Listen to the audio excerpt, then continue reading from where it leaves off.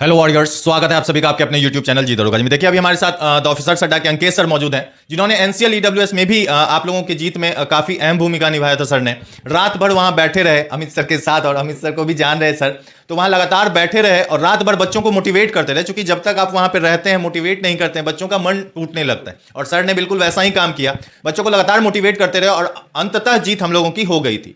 अब हमारा 2-3 मुद्दा है, आंसर की को लेकर के है। आप क्वेश्चन पेपर नहीं देते हैं बच्चों को, एज रिलैक्सेशन नहीं दिए हो आप, ना ही आप लड़कियों की हाइट कम किए। चलिए सारी मुद्दाओं पे सर से बात करते हैं। जिस तरह बिहार पुलिस 21,391 में बच्चों के साथ नाइंसाफी हुई है, लड़कों के साथ आप ग्राउंड 1 रखे हो, उसमें लड़कियों को 3 महीने का समय दे रहे हो, लड़कों को 20 दिन 25 दिन का समय दे रहे हो, तो ये किसी तरह से जायज नहीं है। सारी मुद्दाओं पे सर से चर्चा करते हैं। सर सबसे पहले स्वागत है आपका हमारे चैनल। धन्यवाद कुणाल जी। सर जिस तरह से देखा गया बिहार पुलिस 21,391 में लड़के और लड़की दोनों के साथ नाइंसाफी हुआ है सर। लड़कों के साथ ये नाइंसाफी हो गई कि उन्हें टाइम नहीं मिला बिल्कुल। जब आप रिजल्ट दिए, आप तो आंसर की जारी नहीं करते सर, उन्हें टाइम मिला नहीं, वो मिला नहीं पाए बच्चे। रिजल्ट जिनका आया वो पढ़ने वाले बच्चों का हुआ सर, वो उनका फिजिकल नहीं अच्छा होता सर। तो जिस तरह बच्चों को टाइम नहीं मिला सर दिसंबर में, लड़कियां बहुत ज्यादा छट गई हाइट को लेकर के, क्या बोलेंगे सर इसमें? देखिए सबसे पहले तो एज रिलैक्सेशन बहुत ही ज़रूरी है, क्योंकि जिस तरह से कोरोना काल में बहुत ज़्यादा डिस्टर्बेंस हुआ था, काफ़ी लोग जो है डिस्टर्ब हुए थे, जिसके कारण मानसिक तौर पे और शारीरिक तौर पे भी बहुत ज़्यादा परेशानियां आई थी, लोगों को बीमार पड़े थे। तो यहाँ सरकार को आगे आकर के थोड़ा सा रिलैक्सेशन देनी चाहिए था, और मैं गुहार करता हूँ कि बिल्कुल इस बार कम से कम सरकार इस बारे में सोचे और एज रिलैक्सेशन दोनों को दे, लड़की लड़कियों दोनों को दे। सर आंसर की जारी नहीं किया जाता आयोग के द्वारा, सर इस पे क्या बोलेंगे आप? देखिए सबसे पहले कोई भी परीक्षा हो, आत्म आकलन बहुत जरूरी है, और अगर आप आत्म आकलन नहीं कर पा रहे हैं, यानी कि आप कहीं ना कहीं डाउट पे रहते हैं, और यहाँ कहीं ना कहीं ट्रांसपेरेंसी में भी खतरा होता है कि कौन सा रिजल्ट, जैसे आप फिजिकल पर मेरिट बनाते हो, तो उस फिजिकल के लिए भी बहुत जरूरी होता है कि कौन से मापदंड पर आप बना रहे हो। तो अगर आप एग्जाम ले रहे हो तो नेचुरल सी बात है, जब बच्चे परेशान होकर के, क्योंकि आप छात्र पॉइंट ऑफ व्यू से सुनो, छात्र पॉइंट ऑफ व्यू से अगर आप सोचोगे तो एग्जामिनेशन केंद्र से जब परीक्षा देकर के बच्चा बाहर निकलता है, तो उसके पहले दिमाग में सबसे पहले आता है कि उसके पास कोई क्वेश्चन पेपर होनी चाहिए जिससे वो अपने आंसर्स को मिला सके। तो सबसे पहला जो जरूरी है, और ये सावधानी से सभी लोग सुनेंगे कि क्वेश्चन पेपर होना अनिवार्य है, क्योंकि क्वेश्चन पेपर आत्म आकलन प्रक्रिया को बढ़ावा देता है। दूसरा, अगर क्वेश्चन पेपर रहेगा तो जितनी भी संस्थाएं हैं तुरंत उसके आंसर्स की को यूट्यूब पर या फिर अलग अलग माध्यमों से बच्चों तक पहुंचा पाएंगे। इससे कहीं ना कहीं एक सेटिस्फैक्शन होगा बच्चों को कि हाँ मेरा इस बार हो रहा है या नहीं हो रहा। कट ऑफ कुछ भी जाए, लेकिन बच्चों को पता चल जाएगा वो कितने पानी में है। तो question paper very very important, और उससे भी ज्यादा इंपॉर्टेंट आंसर की, क्योंकि एक मानसिक संतुलन प्रदान करता है, जिसके कारण बच्चे जो है खुश होकर के, संतुलित होकर के फिजिकल का तैयारी कर सकते हैं।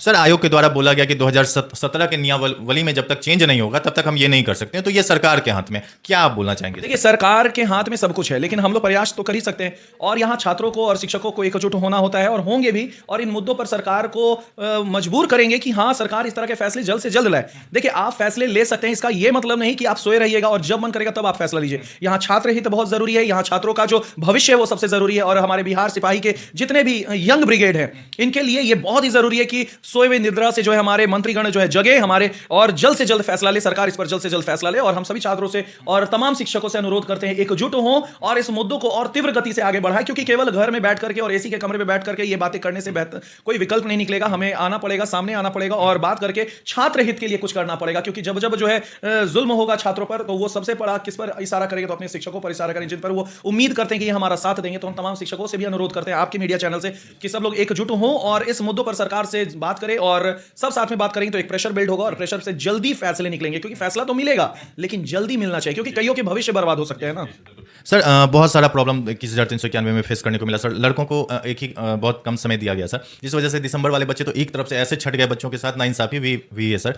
तो आप क्या चाहेंगे, क्या आगामी जो वैकेंसी, जो इस बार वैकेंसी आई है 19,838 सर, इसमें अलग अलग ग्राउंड कर दिया जाए एक साथ, जिसमें सभी को ये तो फील हो कि नहीं समानता का अधिकार दिया गया है? बिल्कुल, आपने जो बोला कि ग्राउंड में परिवर्तन बिल्कुल बहुत जरूरी है, और हम लोग विश्वास करते हैं इक्वालिटी पे। हमारा संविधान का अनुच्छेद 14 भी बात करता है, जिक्र करता है इक्वालिटी पे, और महिला सशक्तिकरण अनिवार्य है और समाज में होना भी चाहिए, और महिलाओं के लिए हम लोग को प्रोत्साहित रूप से काम करना चाहिए, और मैं भी बोलता हूं कि करना चाहिए। लेकिन हमें भूलना नहीं चाहिए कि गाड़ी के 2 पहियों में एक अगर महिला है तो एक पुरुष भी है, एक लड़का भी है, तो उसे नजरअंदाज नहीं करना है, क्योंकि वही हमारे आने वाले समय में भविष्य है।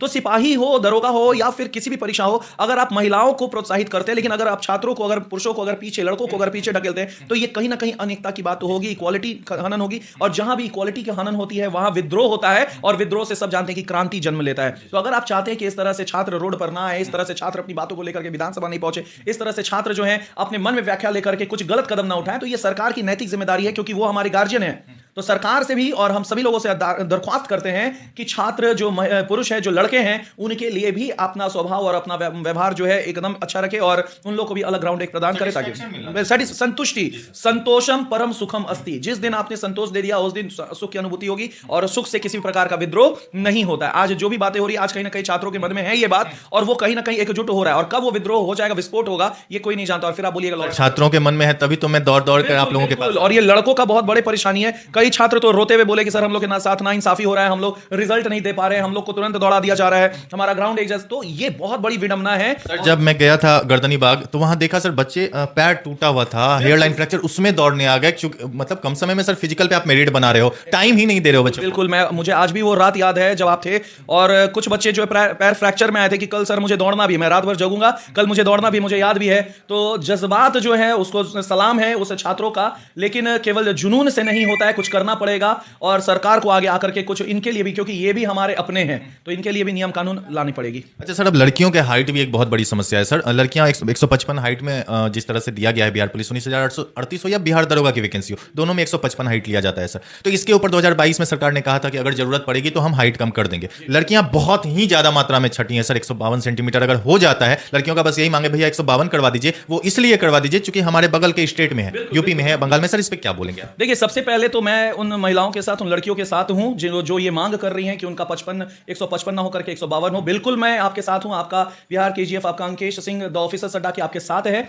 और मैं भी आपके साथ कदम से कदम मिला करके ये मांगे सामने रखूंगा और ये मांगे जायज हैं। एक शिक्षक होने के नाते मैं आपको बता देता हूं कि ये मांगे जायज हैं, क्योंकि अगर बिहार का अगर भौगोलिक मानचित्र आप देखते हैं तो बिहार के भौगोलिक मानचित्र को देखिएगा, एक तरफ यूपी है, नीचे झारखंड है और पूरब में आपके पश्चिम बंगाल है और ऊपर नेपाल है। नेपाल एक देश है तो उससे मुझे मतलब नहीं है। तो 3 राज्यों में जो भौगोलिक स्थिति है, जो कर्क रेखा हो या फिर वहां का तापमान हो, वहां का खान पान हो, एक जैसा हो, तो भैया बॉडी का आकार भी उसी प्रकार से होता है। और अगर बॉडी का आकार है तो ये सरकार, जो पढ़े लिखे सरकार है, ये जानते हैं, यूपी, झारखंड और पश्चिम बंगाल वाले। तो हमारे बिहार वाले ये क्यों नहीं जान पा रहे हैं कि अगर पश्चिम बंगाल का अगर जो भौगोलिक है वही हमारा बिहार का भी भौगोलिक विस्तार है, वही झारखंड का, वही हमारे बिहार का भी है। तो अगर महिलाओं का हाइट अगर वहां 152 है तो यहां भी 152 होनी चाहिए और कोई भी ऐसा नहीं नियम होना चाहिए कि बाकी राज्यों से हम लोग का अलग नियम होना चाहिए 155, क्योंकि लोगों को लिए बस होगा 155 और 152 में क्या अंतर है, इन लोग फॉल्सबाजी कर रहे हैं। नहीं, वो 3 से हजारों हजार महिलाओं का सपना टूटता है, हजारों हजार मां बापों के आंख में आंसू जो है वो आता है और ऐसे आंसुओं को इस बार नहीं बढ़ने देंगे, इस बार बहने देंगे। और तमाम मां बाप से इस बार बोलेंगे कि आप निश्चिंत रहिए, आपकी बेटियों के लिए द ऑफिसर सड्डा का अंकेश सिंह और तमाम बाकी शिक्षकगण हैं और इस बार आंदोलन भी होगा, इस बार बात भी उठाया जाएगा और सरकार से बनवाया जाएगा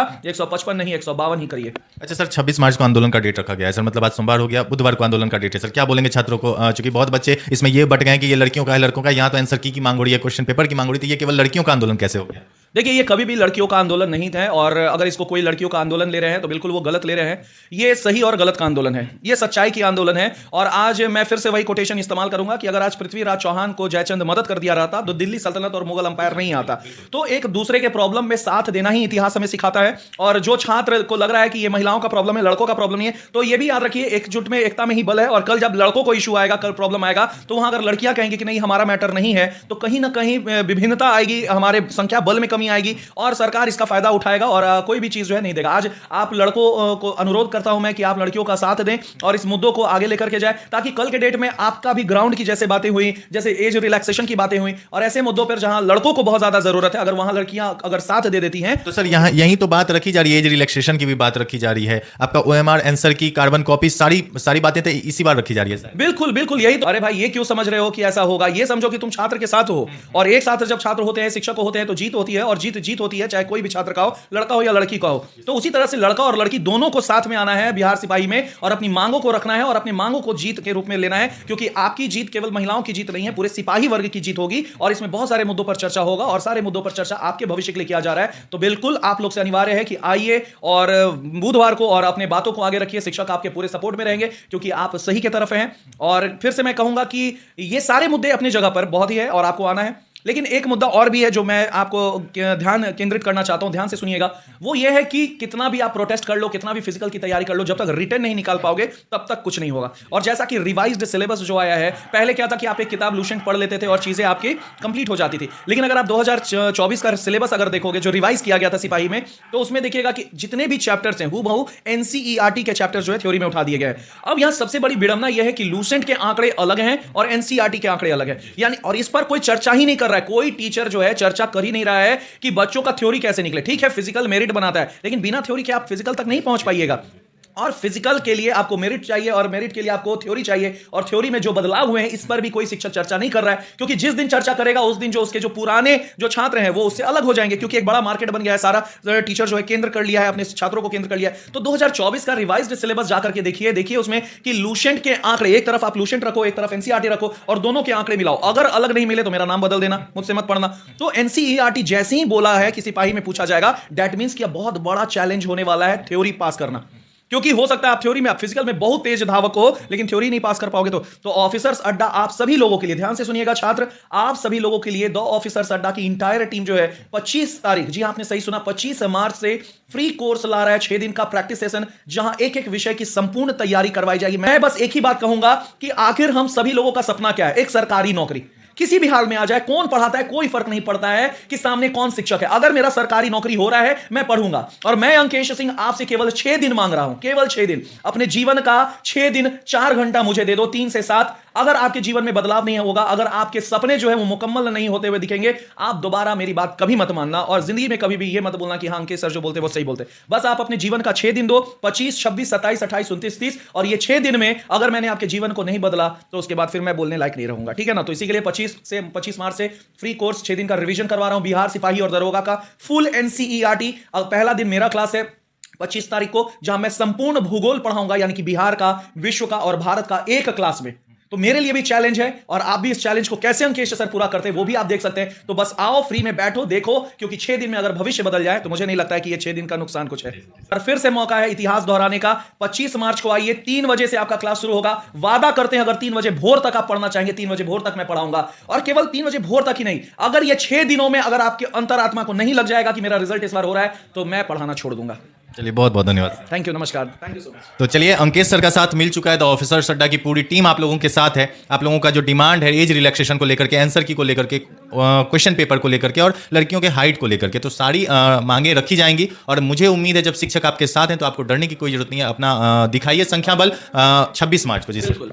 और मैं जाते जाते एक ही बात कहूंगा, रख हौसला, वो मंजर भी आएगा, प्यासे तेरे पास समंदर भी आएगा। तू क्यों चिंता करता है रिजल्ट की, जब हम पढ़ाएंगे रिजल्ट भी आएगा और उसे देख करके मजा भी आएगा। तो बिल्कुल निश्चिंत रहिए, रिजल्ट आने वाला है, चाहे वो थ्योरेटिकल हो या फिजिकल हो। बिल्कुल हम लोग लगातार मेहनत करेंगे। कुणाल जी हैं आपके साथ, हम लोग हैं, सब मिल करके इस बार रिजल्ट 100, क्योंकि एक वादा निभाना है, हर घर सरकारी नौकरी दिलाना है। बहुत बहुत धन्यवाद सर। तो चलिए, फिर वीडियो ज़्यादा लंबा हो रहा है, मैं फिर से और सारे शिक्षक के पास में जाऊंगा। जो भी शिक्षक इसमें साथ देना चाहें वो आपका साथ देंगे, और वो दिख जाएगा आपको वीडियो के माध्यम से कि कौन आपके साथ है, कौन आपके साथ नहीं है। और आपको भी डिसाइड करना है आगे कि आपको किसका साथ देना है और किसका साथ नहीं देना है। वीडियो अच्छी लगी तो वीडियो को लाइक कीजिएगा, चैनल सब्सक्राइब कर लीजिएगा, और ज़्यादा से ज़्यादा शेयर कीजिएगा, ताकि हर एक बच्चों तक ये मैसेज पहुंचे और वो अपनी संख्या दिखा सकें। धन्यवाद।